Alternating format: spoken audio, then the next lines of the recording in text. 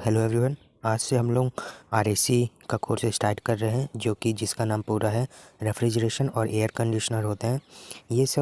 ये कोर्स जो है आरएसी के स्टूडेंट भी ले सकते हैं, और जो अदरवाइज़ जो एसी के बारे में नॉलेज लेना चाहते हैं या जो इस फील्ड से हैं तो वो भी ये नॉलेज ले सकते हैं। तो आज का हमारा जो पहला टॉपिक है वो है एसी में प्रयोग होने वाले औजार, कोष्ठक टूल। मतलब एसी में जितने भी, ये तो एसी की बात नहीं हो रही, इसमें जो भी टूल्स हैं ना, अपन रेफ्रिजरेटर में भी यूज़ कर सकते हैं। ऑलमोस्ट सभी तरह के एयर कंडीशनर हो गए और एसी हो गए और रेफ्रिजरेटर हो गए, सब में ये सब टूल यूज़ होते हैं, कॉमन है। तो हम लोग एक एक करके इस टूल को डिस्कस कर लेते हैं। हमारा पहला टूल है वो है चार्जिंग पाइप। चार्जिंग पाइप का उपयोग एसी में गैस चार्ज करते समय किया जाता है। इसके दोनों तरफ चूड़ियाँ नेट लगे होते हैं।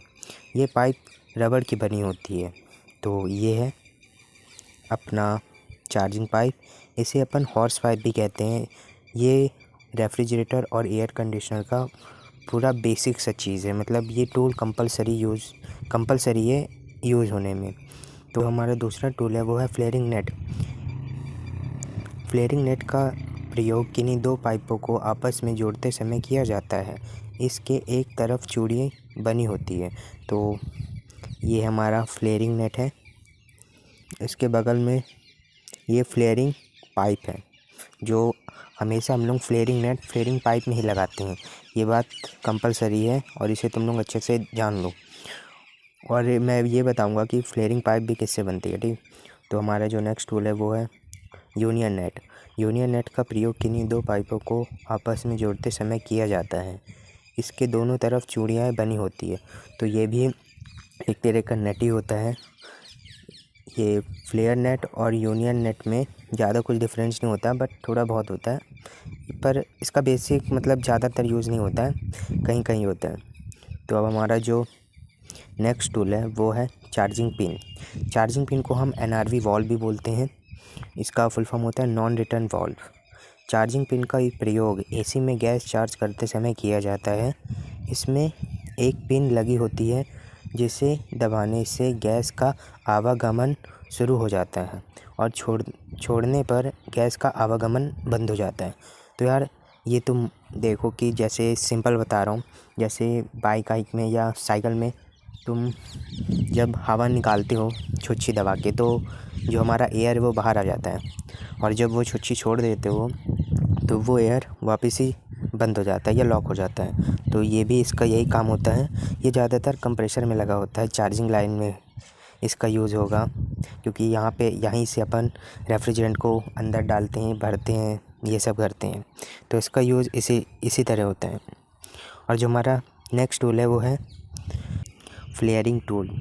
इस टूल का प्रयोग किन्हीं दो पाइपों को आपस में जोड़ते समय पाइप का फ्लेयर बनाने के लिए किया जाता है।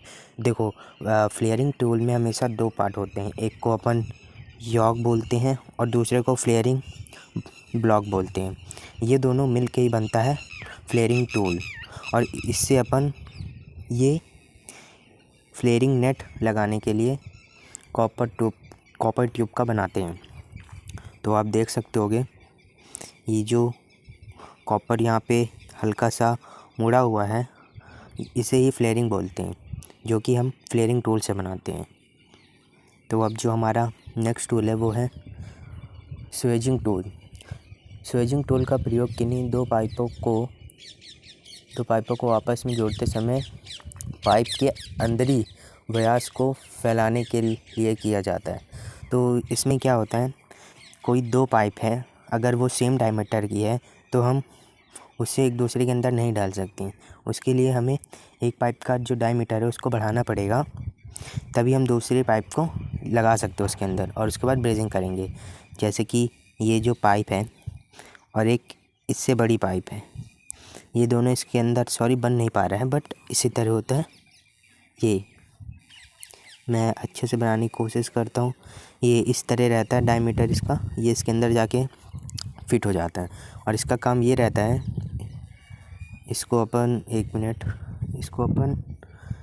ये जैसे कि स्वेजिंग टूल है, ये ऐसे सीधा रहता है, इस तरह सीधा करके अपन जो कॉपर ट्यूब है इसमें रख के हैमर की मदद से इसको मारते हैं, फिर इसमें जो इसका जो डायमीटर होता है वो फैलता जाता है और ये फिर इसकी पाइप बड़ी हो जाती है, मतलब इसका डायमीटर बड़ा हो जाता है। एंड अब नेक्स्ट हमारा टूल है वो है कंपाउंड गेज। तो कंपाउंड गेज का प्रयोग एसी में वैक्यूम करते समय तथा गैस चार्ज करते समय किया जाता है।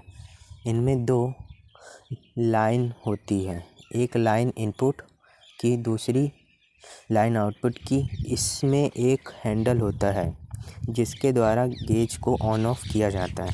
तो ये हमारा कंपाउंड गेज होता है, देख सकते हो इसमें ये हैंडल लगा है और ये इनपुट लाइन है और ये आउट मतलब ऊपर वाली आउटपुट लाइन है, नीचे वाली इनपुट लाइन है। जो हमारी इनपुट लाइन होती है वहाँ से अपन जो भी अपन वैक्यूम कर रहे हैं तो इधर वो वैक्यूम की पाइप इधर से इनपुट होगी और ये जो हमारा आउटपुट लाइन है ये जाके हमारा कंप्रेसर में लगता है, तब जाके हम वैक्यूम कर सकते हैं। एंड अब हमारा नेक्स्ट टूल है वो है प्रेशर गेज। प्रेशर गेज का प्रयोग कंप्रेसर का प्रेशर तथा पाइप का लीकेज चेक करते समय किया जाता है। इनमें 2 लाइन होती हैं, एक लाइन इनपुट की होती है, दूसरी लाइन आउटपुट की। इसमें एक हैंडल होता है जिसके द्वारा गैस को ऑन ऑफ किया जाता है। तो देखो, हम प्रेशर कंपाउंड गेज से भी चेक कर सकते हैं और प्रेशर गेज से भी चेक करते हैं। तो बट जो प्रेशर गेज से हम वैक्यूम नहीं करते, बिकॉज जो इसमें वैक्यूम करने का ऑप्शन नहीं रहता, मतलब इसमें पता ही नहीं चलता कि वैक्यूम हो रहा है या नहीं। ये मैं तुम्हें बाद में समझाऊंगा, अभी के लिए तुम जान लो कि ये सिर्फ प्रेशर नापने के लिए ये गेज यूज किया जाता है। एंड इसके बाद हमारा नेक्स्ट टूल है वो है मैनीफोल्ड गेज। तो ये हमारा मैनीफोल्ड गेज है। ये एक ऐसा गेज होता है जिस पर कंपाउंड गेज और प्रेशर गेज दोनों लगे होते हैं। इसमें 3 लाइन होती हैं, 2 लाइन इनपुट की और एक आउटपुट की। इसके दोनों तरफ हैंडल लगा होता है। जब कंपाउंड गेज की आवश्यकता होती है तो प्रेशर गेज की तरफ जो हैंडल होता है उसे बंद कर देते हैं, और जब प्रेशर गेज की आवश्यकता होती है तो कंपाउंड गेज की तरफ की हैंडल जो है बंद कर देते हैं। मतलब ये ऐसा है, अगर तुम्हें अलग अलग नहीं लेना है कंपाउंड गेज और प्रेशर गेज, तो ये गेज मैनीफोल्ड भी अपन इसे बोलते हैं, गेज मैनीफोल्ड भी बोलते हैं। और एक नाम आता है जो मुझे शायद अभी याद नहीं है, बट इसका भी अपन यूज़ कर सकते हैं। अगर आपको एक एक करके नहीं लेना, अगर आप दोनों ले लेते हैं तो भी आप एसी में सब चीज़ चेक कर सकते हैं। बट मेरी मानिए, मैं ज़्यादातर लोगों को देखता हूँ वो कंपाउंड गेज ही रखते हैं, बिकॉज़ ये जो हमारा मैनीफोल्ड गेज है वो थोड़ा एक्सपेंसिव भी आता है, कॉस्टली भी है ज़्यादा गेज मैनीफोल्ड के कंपैरिजन। तो ज़्यादातर लोग उसे ही प्रेफर लेते हैं। एंड मैं बता रहा हूँ ये हमारा वीडियो का पहला पार्ट है। अब हम नेक्स्ट पार्ट में और पॉइंट डिस्कस करेंगे जो भी हमारे टूल्स हैं। तो